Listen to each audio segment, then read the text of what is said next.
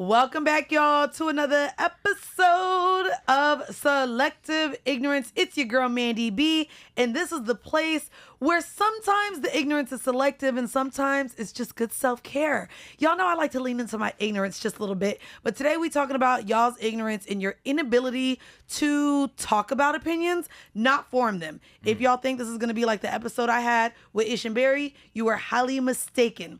Now, I'm not talking about the fact that everyone has opinions, kind of like we all have arms and legs, right? I'm talking about y'all's ability to critique opinions on something else. So let's be honest. Somewhere along the way, the word critique, that's what we're talking about, retired and got replaced with hater. Don't like a movie? You a hater. Thought the album could have been mixed better? Hater. Say the choreography was mid? Hater. Say the show ended terribly? Hater. I like the internet, but it turned the word that used to mean something like someone had a rational malice into anyone who disagrees with me is a hater. Now, art is supposed to be subjective, right? That's the whole deal. What speaks to me might not speak to you, and that's fine. That's the point. But the second you put into words suddenly that you're not sharing your taste, you're tearing down someone's dreams, apparently the line between critique and hate is about as thin as the Wi-Fi in some of y'all's basements. Because yes, I know some of y'all still live with your mama. Y'all be the ones coming at me on the internet. But here's the kicker though. Before most people even form their own opinions, they run to check the group chat, the trending hashtags, Rotten Tomatoes, Metacritic, hell, even TikTok reviewers with ring lights. It's like nobody wants to be the first to say, yeah, I didn't like it, and here's why. And then we've got to be real, especially when it comes to Black art. Oh yeah, I'm taking it there. Why is it that we hold our own to an Olympic standard of excellence? If a film like Him isn't perfect, if a new hip hop album like Cardi B's isn't, reinventing a wheel that y'all thought she would do, suddenly we're not just critics, we're traitors, we're haters. And that's wild. Because if we can't be honest about our own culture, then who exactly are we protecting? So today we're digging it in, and I am going to go ahead and give a spoiler alert now. We are talking Him. We are talking the new Denzel and Spike Lee joint and more. So we'll let you guys know right before we get to all of the things. If you want to press 50, 11 times while we give our critique and our insight. But hopefully you guys have all seen it now, and we are going to give our honest and open critiques. And guess what? If we don't align with you, it doesn't make us a motherfucking hater, okay? And as always, I am joined by my super producers. Gang. We got A King and journalism Jayson in the building. Hey, guys. Journalisto. Journalisto. Yeah. Journalist Jayson, a.k.a. the new a.k.a. Boricua. Are you Boricua? Is that what it is? Because Boricua is... Wait, because O funny. is for masculine and I is for feminine. But it's just that one word. It's only that one word. Wait, men are called Boricua too? Yeah. Bori. They're not Bodis. Boricua. It's just one. It's just, it's an island reference. So I ain't gonna hold you. That was like the most difficult thing with me learning Spanish. Mind you, I hope y'all have been tuning into all the TikToks and all the things teaching us Spanish to get ready for the Super Bowl. Selective Ignorance and SAP. Listen, I ain't gonna Y'all hold got you. 6 months. Nah, that used to be like the hardest part for me with like I don't know the word, but then depending on who you was talking to or about, you had O for masculine, then you had I for feminine, then you had nosotros, them was supposed to be your elders, and so then you had to use like os or amos or something, and then I think they, them, whatever. We do it in different orders too. Bro, that shit was annoying. So you translate and you're like, I think the best way to learn in the back. Espanol is from the street level, not necessarily the negative shit. I'm saying like if you're in a community where you have Puerto Rican, Dominican, see how they communicate. Oh, because it's different too. And then bring it back the other way. Well, no, that was the problem. You should watch your favorite movie and just put Spanish subtitles on. So that way you watch the movie, you're hearing it, and you can read it. I thought you knew me better than that. Yeah. If I want to read, I'm reading a book. I'm not reading a movie. For the people. If you want to get ready for Bad Bunny, you could do it that way. Or did you see King? Did you see that IG where that dude was like the hustle of it all is that new AirPods have live translation in them. So Yep. Apple booked Bad Bunny specifically so people could get the new AirPods. Wait a second. So then they could hear it and translate it. While I ain't gonna hold you because there was a woman today that played a Bad Bunny record. Actually, I'm gonna insert it into here. Y'all listen to it real quick, and then I'm gonna tell y'all what he's saying. So, anyways, this clip literally says, and I was like, damn, mind you, whenever I hear reggaeton, this is gonna sound really ignorant. Whenever I hear reggaeton, I just be thinking they be talking about fucking and losing the love of their life and fucking, because I feel like Latinos just be fucking. Like, that's why they be having so many kids, right? So apparently this Bad Bunny record, though, goes into talking about, like, he says Black Lives Matter. He says R.I.P. to Kobe. He says this country is interesting because I have to wake up and see that a black man lost his life at the hands of a white man and the president don't got nothing to say about it. And he's like, it's crazy because when a white person has a gun in his hand, it becomes a hobby. But when a black man has a gun, he's a criminal. This is what the fuck Bad Bunny talking about. I didn't know Bad Bunny be kicking that shit, man. So to know that we had like the political nature of Kendrick Lamar last Super Bowl, and to know that they just got a woke Puerto Rican, I didn't know. He's gonna be right outside too. He's Puerto Rican Bob Marley. Puerto Rican Bob Marley is crazy. Why? If people listening want to know why I'm journalism Jayson, I have a newsletter. It's called Backseat Freestyle, and if you look it up, I did a post called Bad Bunny 101 for hip hop heads, and kind of did all the comparisons of why people thought he was Drake, why he's a little bit Chance the Rapper, why he's a little bit Kendrick, why he's a little bit J. Cole, but ultimately he's Bob Marley. But the crazy thing is he didn't start out that way. When he started out in 2016, it was like, I'm gonna fuck your girl, I'm gonna take your girl. Well, no, like they just showed, and he just evolved. It's funny because you said 2016. I just saw a post on Twitter that showed like all these rap girlies, and they all have different faces today from when they came out. Funny. But also there's a picture going around as well of Cardi B and Bad Bunny from the Like It Like That record. That nigga had a whole grill in his mouth. He ain't look real. He looked like 50, he looked like he was from the Bronx. Nigga Rican. He was a nigga Rican for sure. For sure. He was a New York. He has a song out on the new album, Nueva York. He talks about spending summers in the Bronx with his family. Really? Well, the Bronx definitely influenced him. Too. He was influenced by the Bronx early, boy, because I was like, he looked like he's from Puerto Rico now. But he looked like he was from, But that's also the aesthetic of that's the aesthetic of the album. He's dope because every album has a different theme. I love that. He's giving the Puerto Rican Doja Cat. He's very culturally aware. I love that. I love that. No, I'm even like more excited now to realize that he's just not talking about being a hoe. Because to know that he just be gyrating all over the stage, I thought he was just like he's still a hoe. He still definitely goes in. Everybody a hoe. Yeah. Okay, maybe everybody's a hoe. You know how I learned Spanish? How did you learn Spanish? Being a hoe. Like this Puerto Rican girl. See? So the first thing I knew was Te amo. And then that's where it started. You start saying that shit. And then it's like, I learned it essentially from the movie Salinas. I used to be like, como la flor.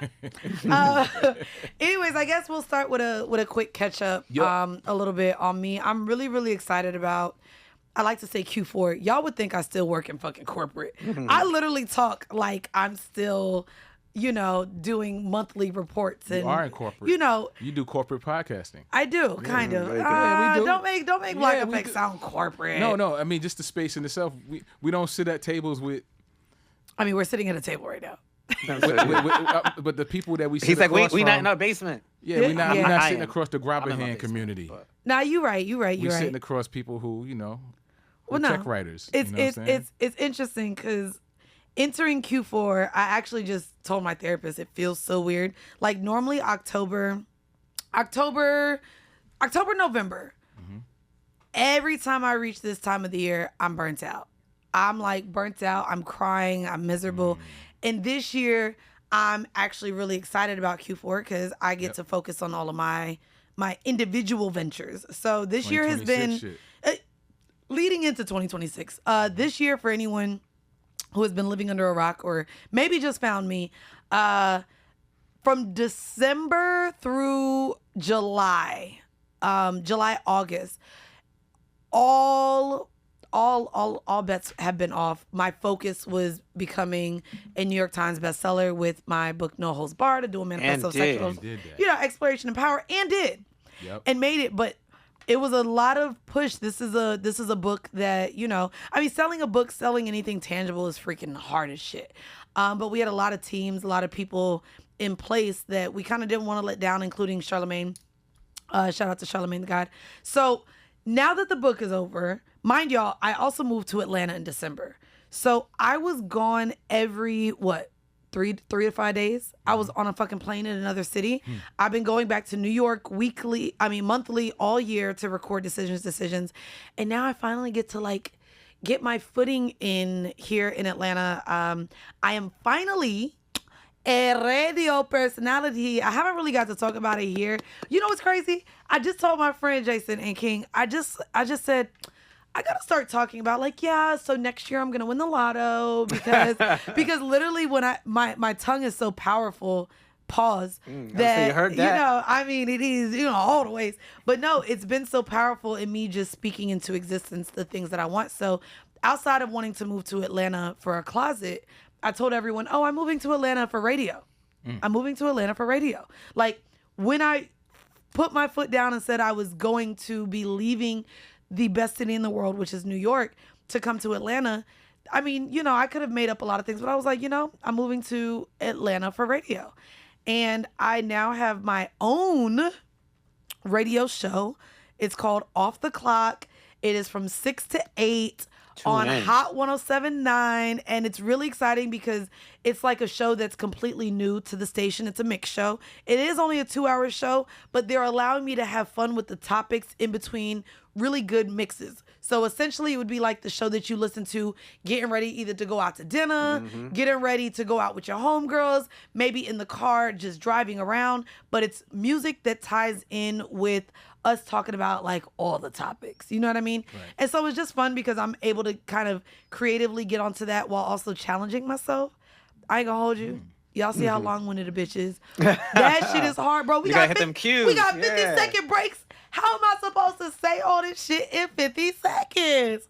I gotta introduce a topic, let my DJ come in and have her little short, quick take, and then I gotta come back and be like, and then we'll be back right here on, and it's really, really difficult. And so where this year, I would say recording the audiobook for No Holds Barred was one of the hardest things I've done professionally since leaving my career. I was like, damn, this radio shit is low. Bitch, it's a little difficult. But I'm having a really good time, and the power of the tongue is real. So it's funny because when I was with my ex, hey, King's like, I know, word. Well, when I was with my ex, here's and wow, this is just going. Y'all I know, tongue, it's the power of the tongue. Now I'm talking about my ex. But what's crazy is when I was with him, right? When I got with him, it was right before I started Official Box Owner, which led to Period Sis, if you guys want to check those episodes out. And I got my studio in Brooklyn. I started the show, under Joe's thing. And literally while I was with him, everything I said I wanted to do, I started doing. And I remember because narcissism, he told me, hey, you might want to go ahead and do all the things you can now, accept whatever comes your way, because you don't know how long this is going to last. I'll never forget it. He said that to an offer that I had gotten to go to Essence Fest. Right. Now, let me tell y'all this story real quick. He told me to, and this is one of our breakups. So we're at brunch, and we got this offer to go to Essence Fest, me and Weezy. And we get the email. They want us to do a panel on a Thursday, maybe Thursday night, Friday midday. And it was going to be, of course, about sexual liberation. I want to say it was, I think they had Baby Tate possibly on there. I couldn't remember. And I actually want to say Candy was supposed to be a part of it too. Do y'all want to know what we were offered to do this panel? What? All in. Oh, no. $2,500. Oh. Wow. So. They want you to walk there? No. So mind you, Weezy would have been coming from LA. I was coming from New York. Both of our flights combined were pretty much that as the budget. Right. And then we still would have had to pay for our own glam, our own hotels and everything during Essence Weekend. So I sat with my ex at the time. we were at brunch, and I was like, yeah, I don't think we're going to take it. Like, we're not at a place where we need the quote unquote exposure. And I feel like for what we've done in this space, that's kind of disrespectful. And we weren't going there under a brand. So if that was their budget at the time, also considering it was pandemic, this is right when events started taking place again. And I was just like, yeah, I don't think we're going to do it. I think we're going to say no. And his response to me was, oh, well, you should probably take it now because who knows if you're going to be this hot next year. They might not even want you next year. Who knows if what you're doing now, anyone's even going to be checking for you. And oh my God, when I tell you, I felt so fucking disrespected. Like, nigga, what? You think this is me on a hot streak? Like, I've been doing this goddamn podcast since 2017, and at the time I had 2 other ones, right? Just so y'all know, this year we get an offer to go to Essence Fest for a 6-figure check. Say that. Say that. 6-figure check. So it was just like, it's so crazy when you sit here and either bank on yourself but also know your value. And so it was interesting, like, for me to, I came in and I knew a station I thought I would be at, and I'm not there, but I had another one like, hey, we gonna roll out the red carpet for you. Like, we want you to be happy. We see the value in you. We like what you have to offer. We love your opinions, and we want you to bring that over here to our station. So shout out to Hot 107.9, Radio 1 for having me on the station and bringing me to the airwaves in Atlanta, Georgia, which is crazy because also I went in there with my idea of what a radio voice was, and they was like, hey, I was gonna ask you that. Nah, they literally was like, hey, bro, what was your radio voice? Give me a sound check. What was you doing? Right. Yeah.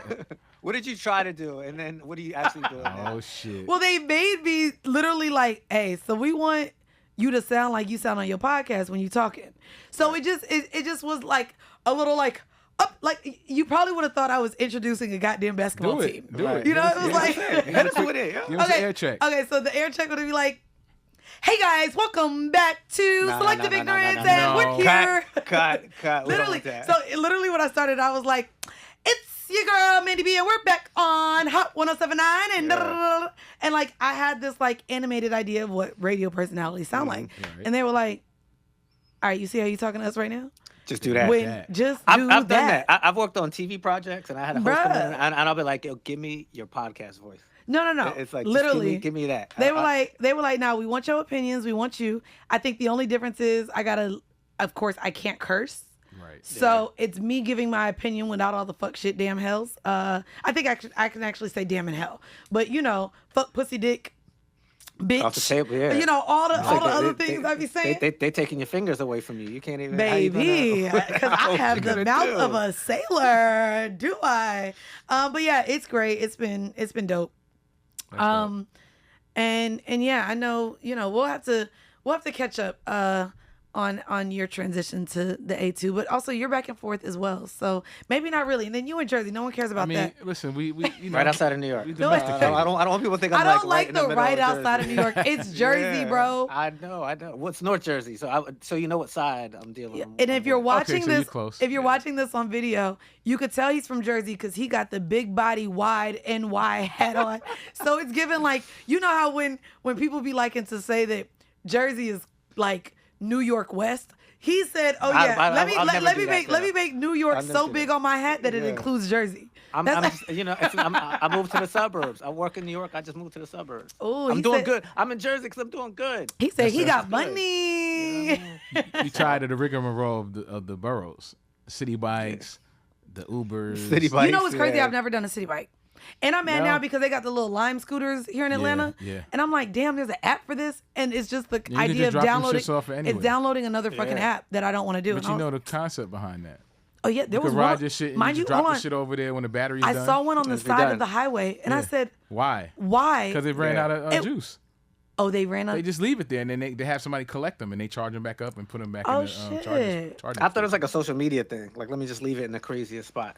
Not it was. Well, I mean, you know what I'm saying? Like, I'm just gonna leave it right here. The crate challenge, yeah. Exactly. Yeah, that was crazy. That was crazy. I'm actually glad we're no longer doing those challenges. They just keep making these complicated ass dances. I can't do it no more. Bring it back. We're so far beyond sensibility. Can we? You know what? Bring them shits back. Hold on, classmates. I need us to come up with a challenge, an ignorant challenge.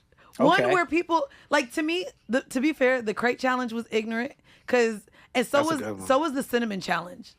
That cinnamon challenge, nigga, where you eat like a spoonful of cinnamon and niggas was like couldn't breathe. Oh man, that wasn't in my algorithm. That's crazy. That wasn't in your algorithm? Nah. Did you see the cinnamon challenge? No. What? I over-indexed on the crate joint, but I didn't see the cinnamon one. Cinnamon. Oh man, now I'm mad that we didn't have it pulled up so we can play. Nah, there was a cinnamon. They could. Nah, I think let me see. I think someone died off of it. Oh man, RIP. Soldier. Hold on, because cinnamon. How much cinnamon do you have? It was a spoonful. Oh shit. Oh wait, yeah, I am familiar with that. Okay, never mind. There's no. Here we go. There's no verified case of someone definitively dying. However, the cinnamon challenge posed real risk with choking, aspirations, lung irritation, inflammation, pneumonia, and collapsed lungs. Jesus Christ. This is crazy. I'm watching a video right now. These dudes is looking. Nigga, it was crazy. Very. That was wild. Anyways, y'all already know when I'm sitting here with my producers, we do a quick little double down or take it back. And one day, y'all are going to go, Jayson, I'm going to need you to be a super, super producer and go deep back into the catalog and get me somewhere where I look at myself and be like, that ain't me. I ain't say that. I got to get into it. A couple of early episodes, we had that. No, not of this podcast. Not of this podcast. It was early, but it wasn't video. It would be like tweets, old tweets. I gotta find old videos. Old tweets. Oh nah. Oh wait. Did you not know what I had to do? Are you ready? Yeah, the scrub. MTV scrubbed 27 pages of my Twitter. I remember you showing that. You guys can't probably find shit. Although I just recently had to go back private for more deals. Yeah, I saw that. I peeped Yeah, that. I'm private now. And then it's crazy because someone tried to come after me because so I watch porn on Twitter and somebody wrote me and was like, damn, why every porn bisexual man I go on, Mandy's already following it. And to do that on your professional page, I said, bitch, this is my personal page. I ain't got no professional page on Twitter. This is why it's private now. Nosy neighbors. Bro, I literally said, bitch, touch your nose. Yeah, shit said at the top. It said followed by a full court post. Did you see that? Charlemagne was he did an interview with Business Insider, and he said that brand safety has become a problem, and advertisers should rethink it. And I feel like it's like, because it's like if people are approaching you, they know who you are, they know what your content is, they want your audience, and so it's like, why am I scrubbing that? Like, this is the thing that got you this audience that you want, and now you want me to like. Yeah, but it is tricky. It is tricky, right? Because a part of me kind of does understand, right? The same way, if you agree to work for a corporation, that corporation, you now have to somewhat align with their mission, core values, all that. Yeah. Or if you're an employee, but right, them coming at you. Yeah, but they're essentially coming at me. Even an independent contractor could be considered an employee to some essence. Like, nigga, they trying to cut you a check. I can't talk to somebody that still says Q4 all the time. It's probably freedom. Some of this is probably because of the political nature that we're in, and that's like the new doxing is finding out from that perspective. This person said this, and they're on these platforms, right? I ain't gonna hold you, and we're actually pulling a clip of me talking about Cardi's new album on Need to Know, but I just actually had this conversation with one of the members on Black Effect's team because, baby, the way they be coming at decisions, but the clip of Cardi B on Call Her Daddy going around talking about eaters, I said, so the brands don't mind Cardi B talking about that eaters? Part. Like, that's what I'm saying. We could because they want the audience. They come at the audience. Selectively. All right, play this clip. I'm sure I'm still gonna align with what I had to say. All right, let's go. He avoided this sophomore slump in a way that no other artist can. Now that I've heard the entire project, I'm happy that she took this long. Oh no, I'll never say that. I just don't like waiting. As much of a masterpiece as this is, I hated that we waited so late. I wish we got to enjoy the summer with some of these records. Sure. This album absolutely proved to me that it wasn't a fluke and that she's an album artist. I'm Cardi B. Both albums went platinum. I've fulfilled my quota for you guys for at least the next few years now. You guys was okay with me having no music out since 2018. I never said I wanted to be Jay-Z. I'm not here to be an MC, the greatest rapper. I'm glad that the album is being received as well as it is. To really know that she was the underdog here because of the sophomore album curse. I love that she came out on top. I love the project. I'm excited to hear more. Let's see how it ages a few weeks, months, years from now when she starts performing more. Cardi B of... Okay.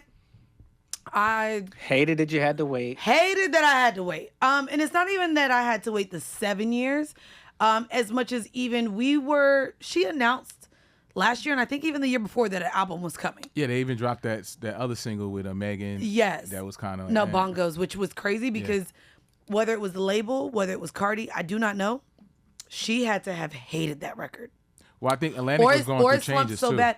Fuck Atlantic at this point because and I say fuck Atlantic because if you look at her pure sales, I'm gonna say it now. And mind you, I know, but that's the industry though. For her to have 75,000 or 80,000 pure sales the next week, mind you, a lot of people were adding Atlantic over past the first week, saying that I just got it late. So that has everything to do with distribution. Also, that these metrics that's being defined of how these are equivalent to a pure album sale, I think we got to re-examine that. It's not math. It's not mathing. I mean, and let's be very clear. Or we got to go back to physical copies. Well, that's what I'm saying. I bought two vinyls. Back. I have 2 vinyls from Cardi. Yeah. I did get mine the first week, but there were people that didn't. Here's my thing. And I'm not gonna lean too heavy into. Those will still count for sales, though. No, they did. They did. They come late. Yeah, but I'm not gonna. But they didn't count first week. They still count first week. They were saying they didn't count first week. Because they count shipping. They count if it's shipped. Yeah, but that's what I'm saying. They weren't shipped until the second week, so they weren't counted in the first week sales, which of course is. So that means you got to change how we look at certifications. But here's the thing: we. I'm not French. We really don't give a fuck about them goddamn numbers. I don't care about where an artist lands. I just want good quality music. We? And so for me, I want you to define the we, because there's a lot of chatter about. Well, the chatter. They always you know what's crazy about the chatter? The quality of the music by the sales, which is not accurate, but they do look at that. It's not. But what I'm saying is, as a consumer, when I say we, as a consumer, we really don't care about the Q4 consumers the numbers. Don't care, but the nigga them cares. No. These fake podcasters that want to lean into the outrage of what Billboard and all this shit means.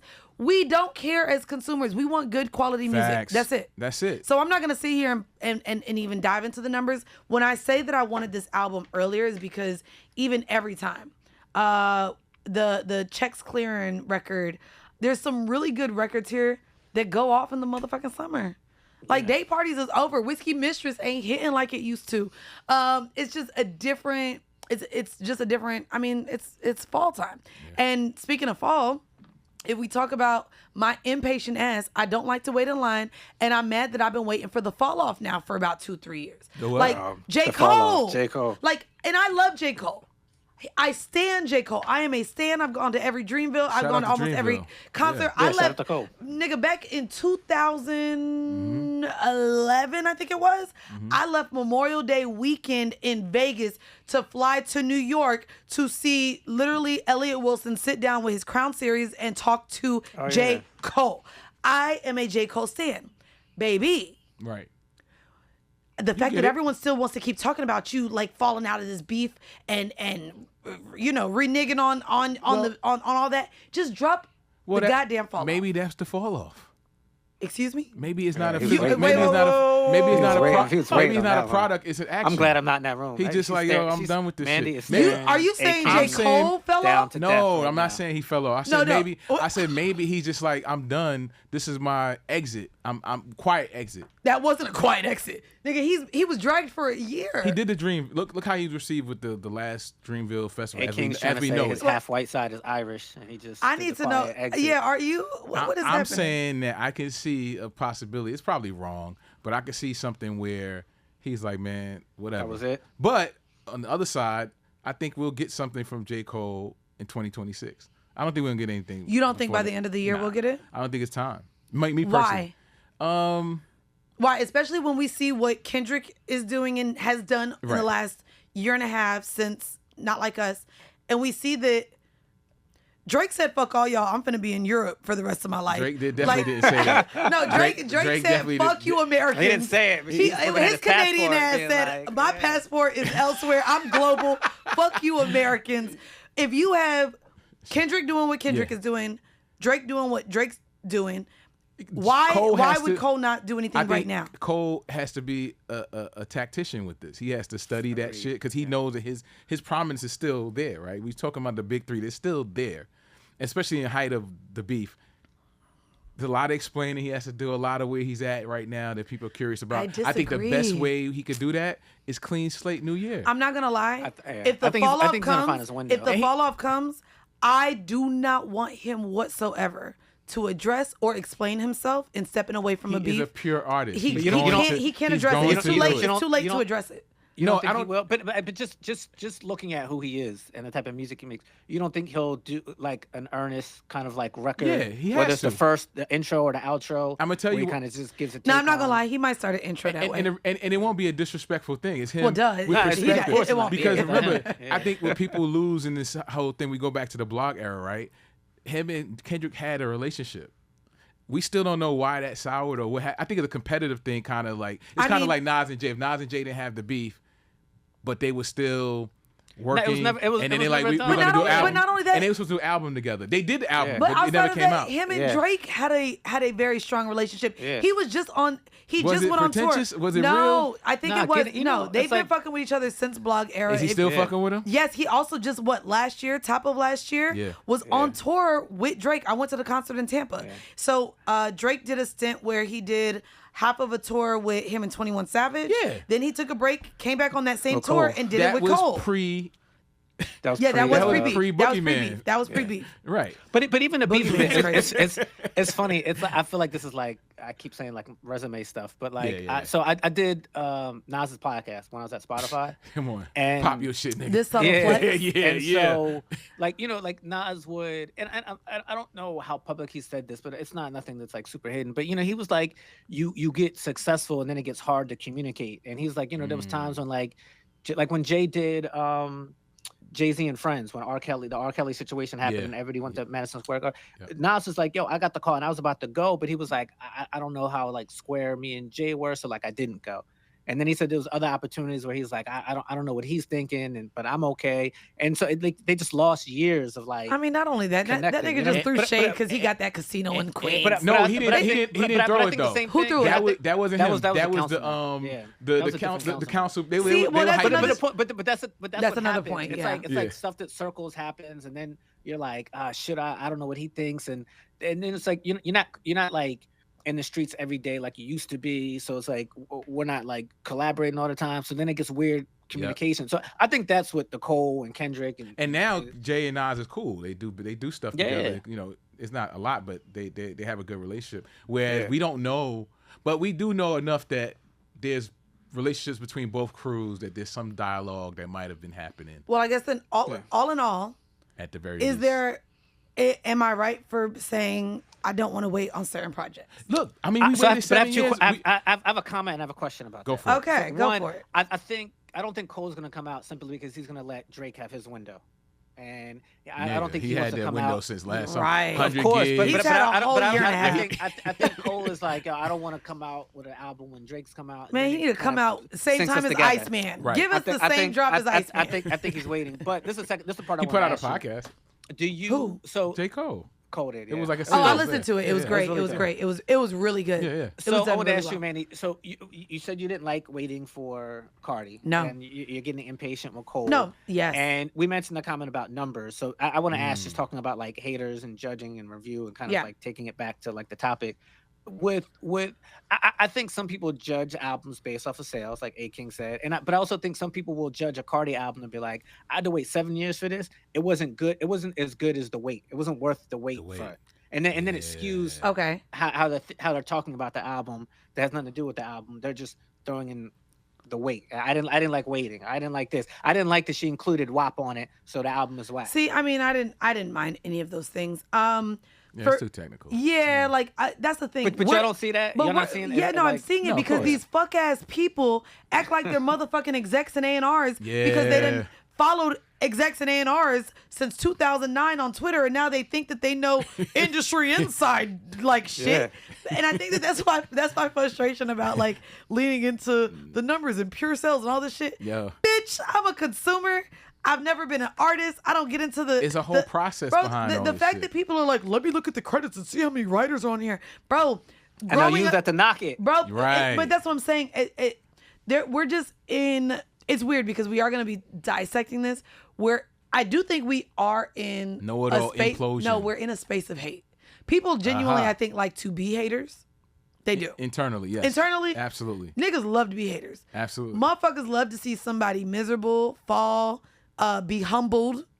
We're in an era where people are so miserable with their own accolades and what they've been able to accomplish that they cannot wait to see someone fail or falter or be unhappy. Right. That's just the truth. We don't celebrate enough. We don't. And that's my thing. Like, for anyone who's just a fan of Cardi, I don't know why there was just so. It's almost like people were waiting to hate it.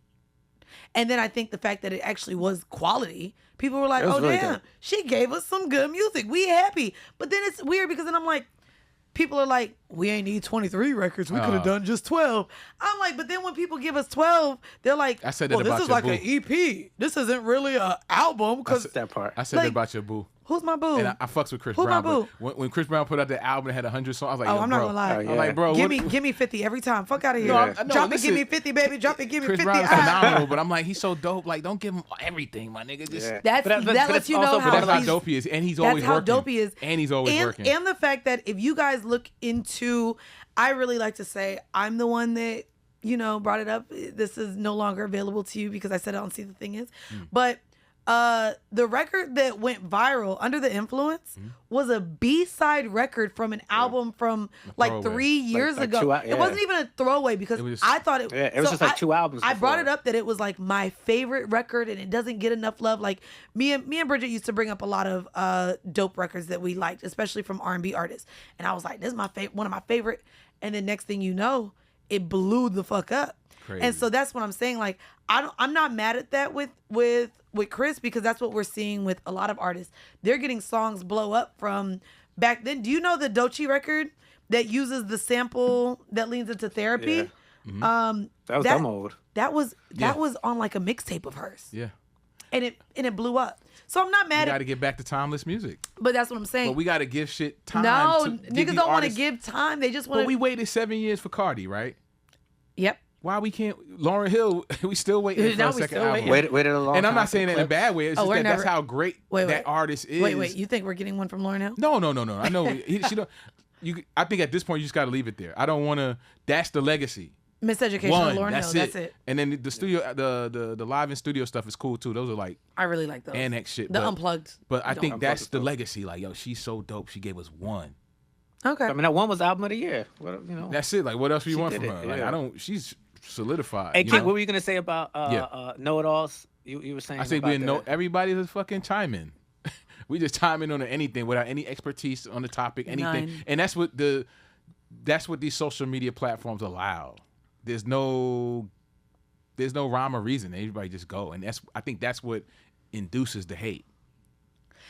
It induces the hate, but even me, and we're gonna get into accessibility. Like if you say good morning, X, what about it? If you say good morning, okay, what's the chances that somebody gonna say some wild shit to you?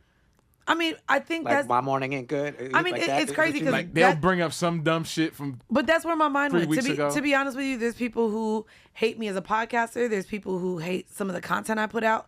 I mean, especially when my content reaches other audiences. Oh, they fucking hate what we're talking about, And it's interesting because I've learned how to just accept it. But even I perceive these episodes to be art, right?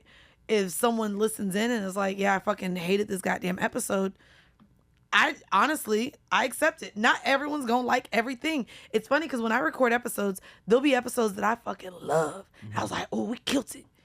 And it might not get the same response from people than when I feel it. So I feel like I can align with not only just artists, but there's directors, there's producers, anyone who creates something and puts it out to the world to be critiqued. Yeah. You have to just know. You have to be realistic in the fact that it's not going to be for everybody. Right. It's just not.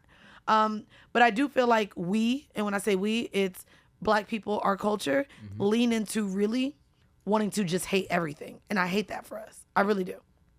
I do. Because we don't critique other films and white art the same. We don't critique. I mean, we'll say that, that's white people shit, and the critique doesn't hold as much weight. But with our own people, we definitely do critique it in a way that I'm like, I don't know what y'all wanted or what you expected or why there's like an unrealistic goalpost set for this person. I just don't. Damn. So I want to get into, spoiler alert, for anyone who hasn't seen these movies that we're about to talk about. That's your ass. You had enough time to watch these shits. You had enough time. So you had enough time. We're going to get into him and we're going to get into highest to lowest because I have, and this is why I like it. So I have opposite, I think, perspectives of the two than what the majority has. Yeah. So I went into both of them hating all the critiques and I was like, you know what? I'm going to watch this and have my own opinion. Now, which one do we want to start with, Jayson? Well, I was going to say we should start with him because although, we're kind of, we're just talking about like general kind of like group consumption and reaction to stuff in general. But the idea for this popped up a while ago when Marlon Wayans responded to critics when he did that post on Instagram.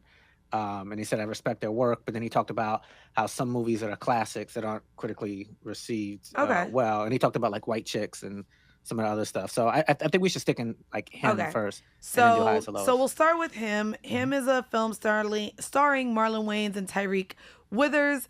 Rotten Tomatoes, which again, to me, this is like Billboard. I don't give a fuck what Rotten Tomatoes ever gives a movie. But they rated it a 31%, which is very low because it's out of 100, y'all. Now, the critiques have been not so great about it. My personal thoughts. By the way, have y'all seen the film? I haven't seen him. You saw it. Okay. I seen it. Yeah, I seen it. But it's cool. I'm cool. So give me any pushbacks, especially if you disagree with me, Jayson, and we'll talk about our critique of the film. Are we going to do like, I liked it or not? Or are we going to just let's do it. Okay. Did you like it or not? I liked it. I thought him was good. Okay. I thought him was good. I thought him was good, especially because I like... So I guess it depends what you're going into, right? I do think that they misquoted the genre for the film. I think they put it as a horror. I get that it could be a horror because of the amount of blood that was in it. So it was gory. Yeah. It was gory. But for me, it actually wasn't far off from a Get Out. It also reminded me a lot of the many symbolisms and tones that was given in Inception, which I loved. So I like, to me... Thriller film. I think it's a thriller. Thriller's interesting. So Get Out is not a horror film to you? Get Out is not a horror film to me. Like, and we're supposed to be scared of white people? Yeah. I mean, I think... Like, that's what I'm saying. But also, it's like Get Out and him are like Jordan Peele, and he's trying and to then they have what? Us and Them. I've seen all of the Jordan Peele he's trying to be films. like subversive about the idea of horror. I think it's not that we're afraid of white people. I think it's telling white people, like, y'all are scary, and so we're making y'all... this character in these movies, which I get. And so what I loved about where if you take your fucking dick out of your ass while you're watching this film, you'll be able to understand the symbolisms that I picked up at, because while I was watching it, I was like, oh, this is fucking brilliant. The messages underneath. But I loved that they leaned into the fact that some people will do whatever it takes for their goals and dreams.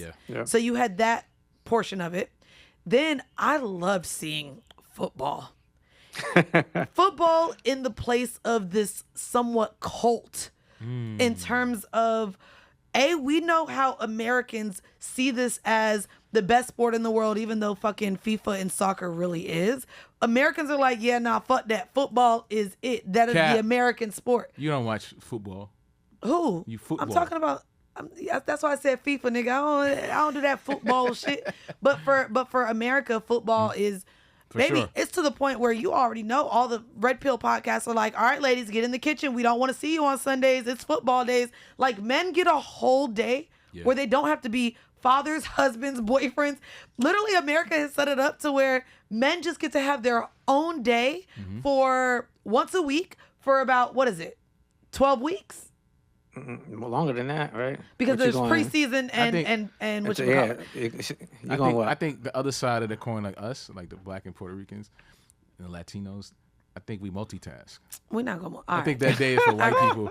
They had their women in the kitchen. That day is for everyone. And then I think what else I really enjoyed about it as well was kind of the. It reminds me of what I've talked about in terms of, I don't want to say gatekeepers, but seeing how Marlon Wayans' character put the same, no matter how difficult it made his life, he had initially put the same things onto Tyreek's character. Yeah. You know what I mean? So it's like we all have this mindset of when we get to this power, we're going to do things so much differently. I think to dumb it down, it would be the same way as if you get a promotion at a certain company and you're like, oh, I hated how they ran things, and then you end up in the system. Or the same way if you become a parent. You think you're going to navigate being a parent differently, but then you end up in the system of what's the right way to do it or what's just the way they've done it forever.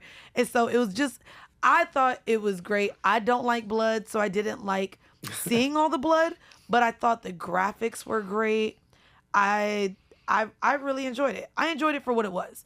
And I just think that maybe that's a good phrase. I enjoyed it for what it was. I think people went in maybe wanting to be scared. There's too much symbolism and thought going behind a scene or a meaning that they're not trying to jump scare your ass. Yeah. They're trying to show like a deeper meaning. I enjoyed it. What were your takeaway thoughts? And there was a clip I actually wanted to share from Tyreek. I thought I sent it to you, but I see you have a Torre clip in here. Yeah, I was gonna do a clip of somebody who didn't like it. Let me see what this motherfucker had to say. Because this is Torre. Torre don't be like, we gotta have Torre up on here, but Torre just don't be liking it like nothing. Once upon a time, we used to call him the white Torre. All right, Torre. What Torre had to say? This is what he had to say. He said him, ain't it? Exactly, I realized him was some bullshit, but I got there. It felt like a weird, long episode of Atlanta, not a movie.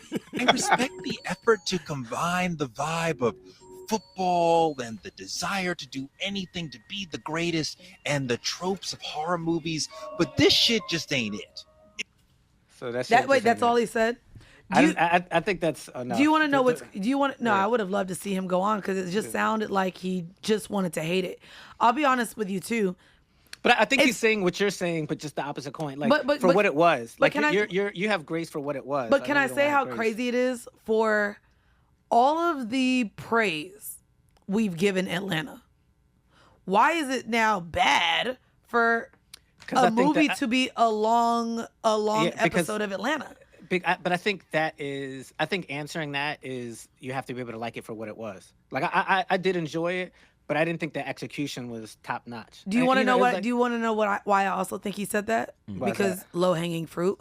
So Tyreek Withers was actually the person in the Atlanta episode that dealt with biracial like really good episode. One of my favorite episodes. One of my favorite episodes too. Oh, it was great. Yeah. And I thought Atlanta is brilliant. Like I didn't think Atlanta was just good. I think great. Atlanta's brilliant. But why it was so brilliant was because it challenged the way we view things. So that's why I said for them to challenge him existing as a biracial man and whatever that looked like, him having this dream and goal and these expectations to live up to. Otherwise, he'd let his whole thing down because he literally said, bro, I lived my whole life for this. I have to give everything to it. And then to also draw in football. We've never seen, anytime we see sports, right, in film and movie, it's mostly either a true story or it's just the setting of the film, but it dives into like, I don't know, gambling. It dives into fucking someone, or I mean, a lot of the ones recently are dealing with steroids, death. You have magazines, something with Jonathan Majors. You have the new movie coming out, and I don't know if it's out yet, but I want to see it, of the brothers that were all in wrestling, but they all started committing suicide. Yeah. What is that one? I think, is that out yet? I don't think it's out, but I remember reading that story. I want to see it. Yeah, there's a story. So when we think of even sports films, a lot of them are either based around the greatness of a sports organization or a real life story. I love that they tried something new. I like the attempt. And I think it's a decent movie. It's a decent attempt. I think it's just not as smart and as funny as Atlanta, and so I could see that portion of it. But it wasn't a comedy. I know, but again, it's Jordan Peele, and his horrors have a lot of dark humor to them. And I just think some things were like the wife is like an influencer, and then she's like some like selling like the jade egg. Like some of it is just like bad execution. The so heavy handed about like his father. And like black fathers, like it just seemed a little bit, I don't want to say like not rushed, but like, you know, they just didn't hit everything well in terms of like all right, this is the plot point for this to connect that one. Like I thought Marlon was great. I thought Jayson, Tyreek was great. Jayson, what was the last movie that hit every mark for you? No, but I don't think any movies are like perfect. You know what I mean? Like, and again, I'm saying this. I liked him. I enjoyed him. I give it super positive remarks. Like, I don't think it was flawless. You know what I mean? Like, and I think we'll get to the next movie, which I didn't think was good. But, what do we expect? Him is good. But what did we expect from when they say a Jordan Peele produced, directed movie? We should already know at the bare minimum that it's going to be some thought provoking. You got to watch it to figure it out. Movie. And it was. I think that's always the goal with him. So why do we over critique his shit? But I don't think we're over. Not you guys. I'm saying like the the ones who hate on it. I guess I wonder what people like when I am going through podcasts and albums. I say this often, right? When I like to feel things. I like to be challenged in my own thought. So when I go to a certain podcast, depending on my mood.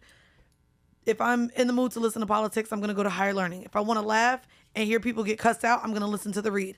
If I want to hear people have awful takes all at the same time, I'm going to listen to the Joe Budden Pod. And so I see here. That's not the. I wouldn't give them that. Okay. I think there's another pod that I can associate that with. Wait, who gives awful takes? Oh, if I want to listen to a pod, hold on. If Patreon, holla at this Selective Ignorance and let us know who gives awful takes. Actually, if I want to listen to a pod that talks about all the things going on in life but makes it funny, I listen to Brilliant Idiots. If I want to listen to thought-provoking women speak about politics and pop culture, I'm going to listen to Around the Way Curls. Okay. In no way, and this is why I didn't like Mr. Morale and the Big Steppers, nothing about that album made me feel anything. I don't want to listen to a bitch yelling at you. Nothing. It doesn't feed me, right? So if I get people going into this film maybe wanting to be scared. Maybe because it's Jordan Peele, they expected the super, maybe more on the nose. Oh, it's black people scared of white people. It's, and it just wasn't that. And I just wanted to bring it up too, because I don't know if y'all have watched it as an adult. Going back to numbers, White Chicks got 15% on Rotten Tomatoes. And White Chicks, for many of us, is a fucking classic. Yeah. And we like it. But I'm wondering if you, again, at that time in our life, right? We all just wanted to support the fucking Wayans brothers. Yeah. So I wonder if that's what it is. We're not seeing Marlon Wayans in what we know him to be. We got a Jordan Peele movie with Marlon Wayans. No shit. Celebrate. I love that. We get a 2025. Marlon smoked it. Yeah, we get a 2025 year where we get a Jordan Peele movie and a Spike Lee movie. That was terrible. We're not going there. I like the transition. You feel what you see what I? That's Spike Lee. Do I get a 2 assist on that one? Spike Lee should have wiped his ass with this script. You think so? This was okay. I'm gonna tell you now. Like it? I'm gonna tell you now. If y'all go and listen to any podcast, right? And I've been asked this on various podcasts over the years. The ones who give hot takes? No. If I could sit at a dinner table with 3 people, dead or alive, who would it be? I want to lead with every single time. One of those people has been Denzel Washington. Oh, yeah. I shared that earlier this year. I bought, mind you, I don't even want to go to Halloween Horror Nights because the ticket $400. I spent $500 to go see fucking Denzel and, give me the white man that I love. The King Lear? The no, Othello. Yeah, Othello. Oh, yeah. Damn, and I like the white boy he did it with, and why can't I think of it right now? Please, because this is one of my favorite whites. So I love Denzel. I've loved Denzel so much that Jake Gyllenhaal. There we go. Yeah. Quality white. In 2004, I'll never forget this, y'all. 2004, it was my 8th grade year. We weren't doing great with money, so our Christmas was just exactly what we wanted. And my mom gave us all our Christmas gifts in Food Lion bags. If y'all are from Florida, y'all remember Food Lions. So I'm 13, 14 years old, and we get our gifts. And I remember that year, the 2 gifts that I actually wanted, I got. And then, mind you, really crazy, then we just had a whole bunch of Christmas candy in it. My gift was the DVD. Let me start with the book first. I got the book, Coldest Winter Ever. Classic. I don't think my mom knew what she was buying me. And then the DVD, He Got Game. Okay. Those were my 2 gifts. 2 classics. The 1 year that my mama was like, bitch, I can't afford these gifts and your daddy tripping. And so anytime Denzel came out with anything, I saw it. So what do I do when I see that Denzel and Spike Lee have teamed up again? Again. Again. I gotta see it. And they should team up again. Mind you, let's be very clear. Spike Lee somehow, with the terrible acting of Ray Allen, made that movie. Ray Allen has to be one of the fucking worst people to ever get in front of a goddamn camera. Yeah, that was... Bro, they made us like Ray Allen as an actor. They yeah. made us look at Ray Allen as Jesus Shuttlesworth. That nigga's acting was so bad, we still didn't give a fuck and called that nigga Jesus for like the rest of his goddamn career. That's been his thing. That's how you know. Spike got to be somewhat good to make Ray. 100%. Bro, I really believed him and Rosario Dawson was together. Like, and they were both, it was just bad acting, right? Yeah. So I've seen really good classic movies have bad acting and still enjoy them. Right. Baby, Denzel, wipe this slate clean, remove it off your IMDb, whatever it is. This is the worst film I've seen all year. What was bad? Highest to lowest. Oh, everything. Bad acting? The bad acting, the writing, the scripting, story, the casting. The story itself. The story itself was trash. Do you think that there's another measure they could have hit with the storyline? I don't know how this was greenlit.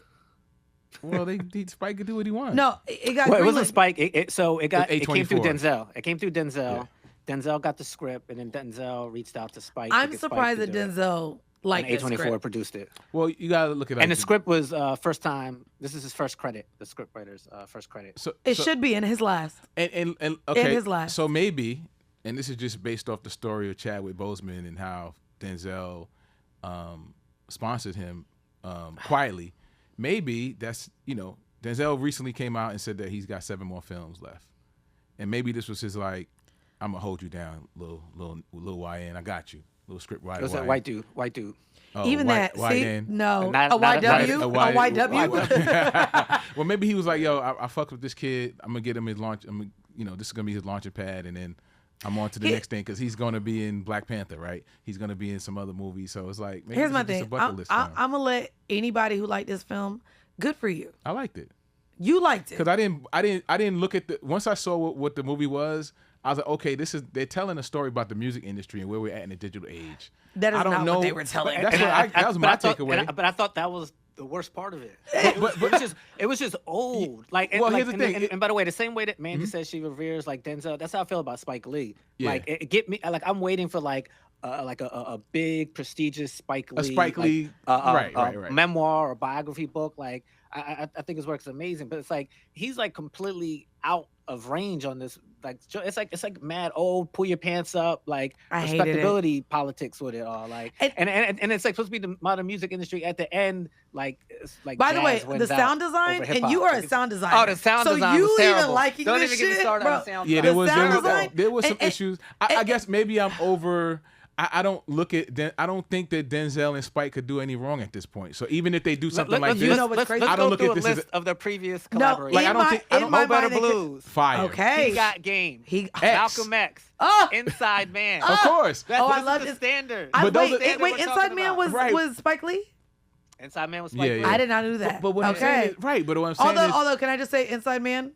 He redid that movie. That one, but Inside Man was the movie that I feel like he did 3 or 4 times with 4 different directors. Because Man on Fire, Inside, there was a lot of movies at one time that he did where I was like, this is all the same goddamn movie. Right. Yeah. You know what I mean? Yeah. But no, wow, I didn't know. That could be part of it. That could be part of why Highest to Lowest feels. No, Highest to Lowest felt like, here's the thing. Maybe he's just running out of inspiration. I love Denzel. And up till now, his worst film to me that I didn't like, and it's also just because I felt like there wasn't enough words in it, was Book of Eli.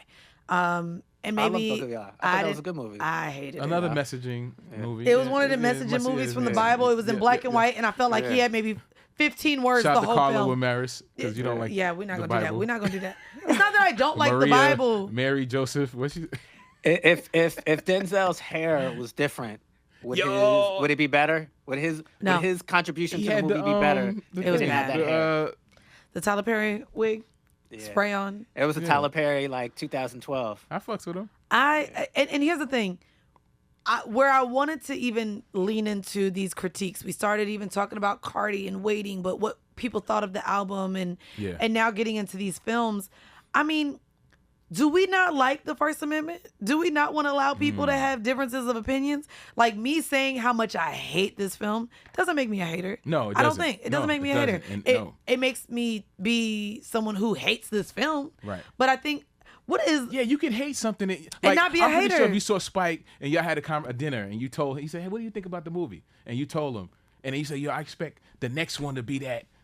Oh, I think he would see that. Let me ask you that question. Yeah. As people who publicly share their opinions. Yeah. What are your thoughts about people who share opinions online, but when they get in front of somebody, they switch up? Because I'm trying to think, like, if I met Spike Lee and he was like, yo, you catch my latest flick, what you thought of it? In the moment, I think I like that response. I can't wait to see what you do next. But I don't think that would have to be my... But knowing you, though, you're not going to say, yo, that shit was ass. You're going to be like, knowing me. Not nigga, the Spike. It depends how many drinks I had. Nigga. Okay, well, yeah. It depends how many drinks I had. I think that there's some people that are just obnoxious. I don't think you fall into that where you can't tell Spike to kiss my ass. I wouldn't be obnoxious, but I definitely would be like, yo, I really loved what you've done with Denzel. I hope y'all continue. But I don't know. Yeah. I wouldn't be able to tell him I liked it. No, and you don't have to. But you have legitimate reasons for disliking it that I feel like you could say to his face. It's not that I dislike it. I hate it. And that's like, okay. Like, it took me 3 days to finish it. I've never stopped and not finished a whole Denzel movie, ever in my life. Like, bro, Othello, I ain't even understand them niggas. I was like referencing it from watching back with Mekhi Phifer and Julia Stiles. I was like, oh wait, I know what's going on. And I was just liking Denzel being Denzel. But like, I hated this film so much. And it's interesting because we semi-leaned into it a bit, but when I talk about the things I don't like or my differences of opinions with other podcasters, nigga, they love to call me a hater. And I'm like, I don't understand why I, as another podcaster, am left to being someone who can't critique. I just talked about how I feel like it's nutty that we're all critiquing album sales and all these things like we're inside the industry. But me, who's been a podcaster for 9 years, gets called a bully or a hater for having critiques on my peers and the people in my space. Again, when I talked about the Sheen Magazine Awards, I expect a certain level of professionalism in a space that I've been in. So when I'm listening to podcasters and I don't like a take on serious topics like domestic violence or things like that, especially from the mouths of women, I should be able to speak on it. I think a lot of those pods are performative, though. They do that shit because they know if they're going to get a viral moment. But not necessarily that their audio numbers are going to be through the roof. I think it's like jokes get in the way of so much stuff, right? Like whether it's podcast or like online, it's like you want to fire off these jokes that, to Mandy's point, I'm not going to say in front of somebody's face, but I'll get that off. And that's the part that like really bothers me because like with Mandy, I know you listen to a lot of podcasts. I'm actually surprised. My friends, how many podcasts you listen to. You know what's crazy? I'm mind blown sometimes. Like, yo, wait. Have you been in my friends? They hate, like, mind you, pregame and things like that is always at my house or when we're on vacation. Them bitches don't get to listen to music. So even Crystal, they don't get to listen to music. Even Crystal came over to my house the other day. That's my best friend for y'all that are new here, and we were getting ready to go out. And I was literally playing the Joe Budden podcast.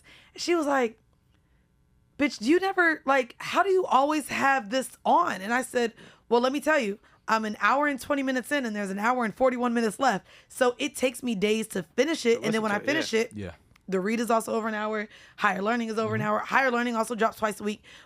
These pods now drop multiple times a week. Yeah. So I don't listen to as much music. I listen to music when I'm fucking and when I'm cooking. That's the only time I listen to music. Thank you for that. But my point, as I was going to finish, is that sorry about that. My point that I was going to say is that because I know you listen to so many podcasts, that when you give a critique or you give feedback of one, I take what you say very seriously. Of course. Right? Like, I don't think that you're just doing it offhandedly or flippantly. Like, that you've put in work. And so when you say something about it, I'm like, all right, this is coming with like some, if not substantial thought, like at least it's not just some like fly by night. Like, you know what? It's like, I listened to the whole 3 hours and for the past 3 weeks, and this is what I'd say about what they're doing lately. And I just feel like a lot of critique, like even with like the highest lowest, like I heard like a lot of the like word of mouth, like it wasn't good, and then when I tried to look it up online to see what people were saying, like it was just all jokes. Right. Oh, they were saying jokes about it? It was just like mad jokes about like, I can't believe to cast this person or like this person or whatever. And I'm like, all right, like, why don't y'all really like it? What's the real critique? Yeah. But then if I look up like an actual like review and then I'm reading the review, I'm like, yeah, I see that point. And then when I watch it, I'm like, yeah, I feel that I'm getting similar vibes of why I didn't like it. And so it's kind of hard to kind of get like a read of like what people actually feel about stuff, because online is so tricky to gauge like you can't what's jokes and what's performative versus like this is what I'm actually you got to go by yourself, because we probably missed out on masterpieces because we rely on not us but like, you know, community relies on community on social media to determine whether or not like an album to drop, they'll go scan before they listen to it and then go in the lunch table and figure it out. But I don't think we give each other a chance for that shit. No, I agree. And I just, you know, want us to like open up and allow people to disagree. Like when y'all listen to this podcast, I know, because even A King will hit me up like, oh, I hated your take here and then I hated your guest take. Kudos to you for having to edit and listen to this shit back, because I know it drives you goddamn crazy. Mm-hmm. But even for the listeners, like I appreciate and open the floor up to more of just allowing people to agree to disagree. That was actually going to be the name of this podcast, y'all. Agree to disagree, but it was taken by like 5 different people.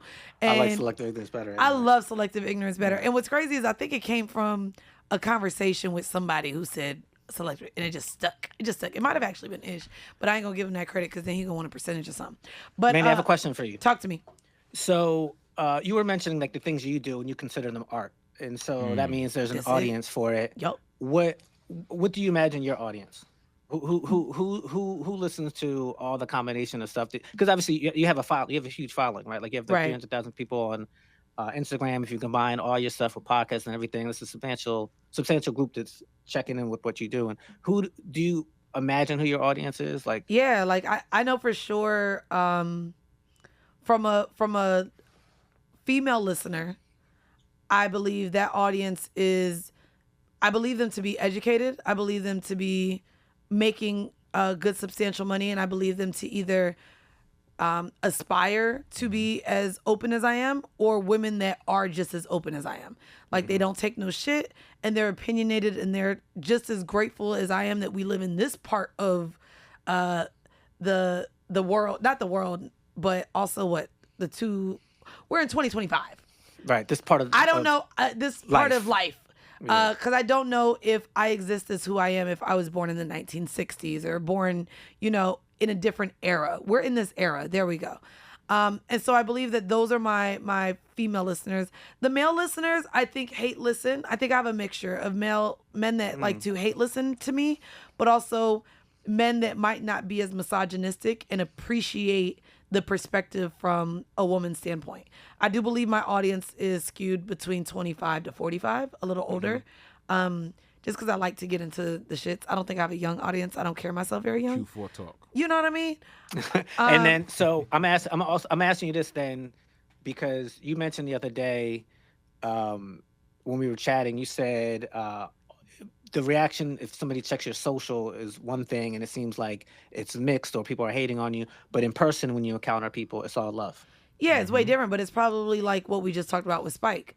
Like I was gonna say like, but your audience, but also like your real audience. I mean, Spike is probably I'm Spike's audience. No, we could sit here and say but I'm we've saying seen like who you just described as your audience is probably the people that you're running into in person. Yeah, but that's what I'm saying. The educated people that I spoke about aren't going under anonymous names and leaving the hateful comments that I'm getting throughout the thing. So a lot of my audience also like reminds me every single time, like, bruh, but we seen you, bruh, we done been here on this journey with you. Stop giving the haters so much light.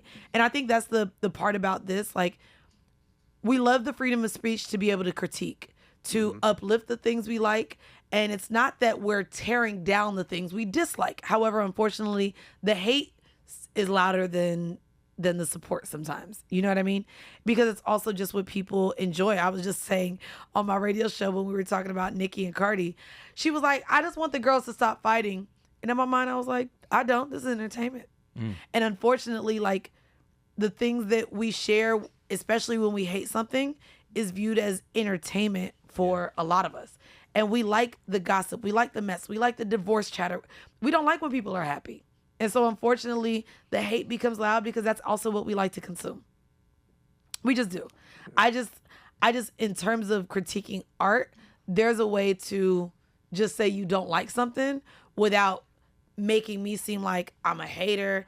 I want it to fail. Like, I want Denzel and Spike to make all the money from that. Because I want black men and black women in all facets of art to get to the fucking bag. Yeah. But if I'm on a mic or I'm out in public and I'm not a phony ass bitch and am going to share with you my thoughts and opinions, if I don't like something, I don't like it. And we should all be able to do that. Right. I would say at the end of the day, go watch him. Go watch Highest to Lowest. Go get Cardi B's new album. And anything online that you say, you know, that you hear that people hate, I encourage you to go check it out for yourself. Now, don't come suing me. Because, yes, you cannot get that time back. Bitch, I spent 3 days trying to watch this goddamn Spike Lee film. I'm just saying, you know what's crazy? Allegedly. Time is the one thing you can't get back. That's why these niggas waste my money, don't waste my time. I could get the money back. I can't get the time back. So if y'all sit down, just know that you might not get that 94 minutes back. You might not, like, you'll never get it back. You don't get time back. You know what I hated the most about Highest to Lowest too? What? See? Do you remember the scene? No, hate. Disliked. We can hate without being haters. The scene where Denzel's character was chasing Rocky's character up the subway. Yo, I was about to mention that. Yeah, it's like Spike. I know, but no, it wasn't him when he jumped the. That wasn't. You know that was double. But like Spike held the camera in a way that made Denzel look old.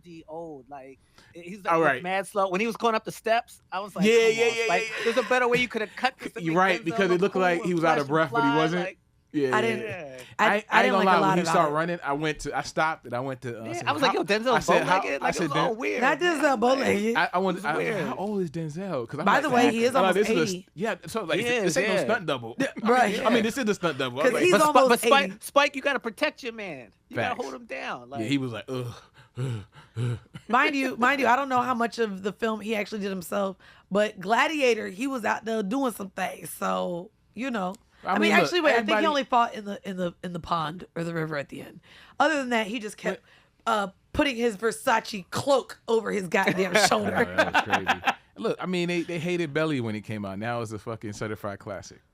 Yeah, I mean. And that's expectations deal with things and that was also we've been like can't act. Nah. I'm like, he's not an actor. I mean, things grow on you. Oh no, now it's like you can't. Things grow on you. Now they done. But we've been like dancing around like the word expectation. Like we say expectations here, there. Like all three of us been saying it. Like that also paints how we think. Like my expectations for Belly are gonna be different. Or White Chicks is gonna be different than like a Denzel Spike fronted movie. So you know you're gonna grade different on the curve.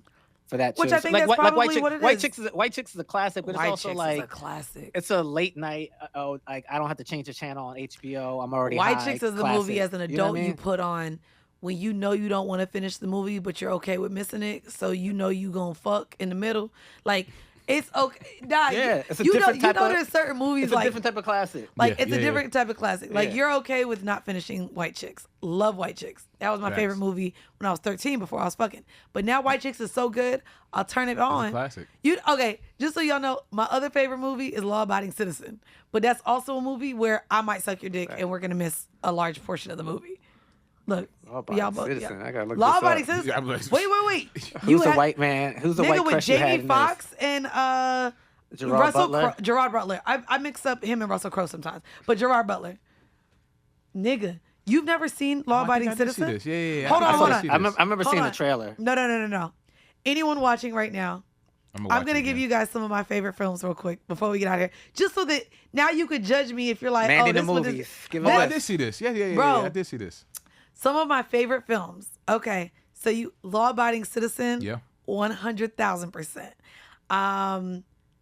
Then Training Day. One of my faves. Yeah. Of course. That's a classic. You want to know a movie that makes me feel like I could be all you pussy assholes? 300. I think that's another one with Gerard Butler. Yeah. Was that early That's White one of crush? my favorite. That's my favorite white. I ain't gonna hold you. I really like him. I really like him a lot. I think it's a quality white. He's a quality white. Then if we lean into like comedies a little bit, love Step Brothers. Oh my God. That's a good one. Love. More quality whites. Love. What is it? Bridesmaids. Great film. Love Inception. I want to watch it back right now, but Butterfly Effect used to be one of my favorite ones as well with Ashton Kutcher. And then all the movies that I actually liked growing up, I hate them now. Love and Basketball, terrible fucking film. Oh, terrible as fuck. Another film that I actually really like, but questionable. Save the Last Dance.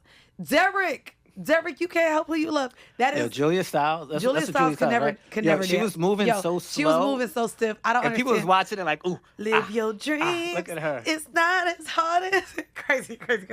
But I would just say those are some of my favorite movies. Oh, and then if you really want to get into it, I love all. Don't make me rate them. Hunger Games. Hunger Games is one of my favorite sci-fi trilogies. I don't know how many. How do you have time to watch this shit? Planes. She just mentioned movies from like the past. Oh yeah, no, I'm talking about. Years. I was about to say. Now I really planes. only get to watch movies on planes. So when I travel long distances, that's why I only like Delta, because I don't see how y'all niggas be getting on these planes with no TVs. Like nigga, I done tried it one time and I was like, whoa. There's not even a pocket in the seat for me to put anything. I got onto another flight recently and I was like, oh. Do you remember that it was like a headline where people they said they were raw dogging flights? They were flying from New York to LA with no phone, no movies, nothing. No, that's insane. Just staring at the There's no way. There's no way I could go no USB. You gotta have your portable charger. I'm only doing those type of flights when it's like less than an hour or hour and a half max. Right. Bro, because by the time you get up, you coming down. Yeah. I'm not doing a 2, 3, 4, 5, 6 hour flight on no Frontier, Spirit, none of them with no TVs, bruh. Not doing it. Not fucking doing it. Anyways, those are some of my favorite movies. Yeah. If you hate them, I'm not gonna call you a hater. You are, you're subjected to your own opinion. Sure, go ahead, do it. Do we have any last words for this? Outside of that, I'm just gonna say y'all can hate things and not be a hater. And I would like for you to do unto others as you would like done unto you. Which means if you want the ability to hate something and critique something in public and not like it, when someone disagrees with you or doesn't see yours, don't immediately go to talking shit about their mama. Don't call them fat. Don't call them ugly. They're not a hater just because you have a difference of opinion. That is what we should actually be fighting for right now, y'all, because Trump is literally aligning himself with the person who has allegedly created Project 2025, even though he said it wasn't a real thing. So we are literally living in fear right now of not being able to have our own opinions or being able to critique a goddamn thing. And so with that said, y'all let people like and dislike what they want publicly, because that is like the beauty. It's the beauty of where we live right now. And again, no one's the devil just because they don't like what you don't like. Yeah. And that's just be better at disliking stuff.